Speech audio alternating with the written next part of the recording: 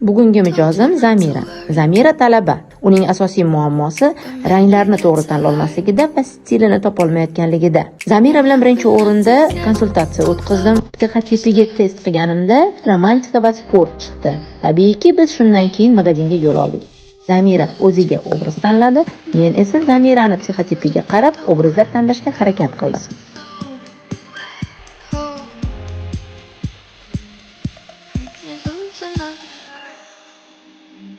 Ko'rib turganingizdek, Zamirani o'zini tanlagan obrazi bir muncha qora, sochlari qora bo'lganligi va aksessuarlardan foydalanmaganligi uchun bir muncha zerikarli ko'rinib qoldi.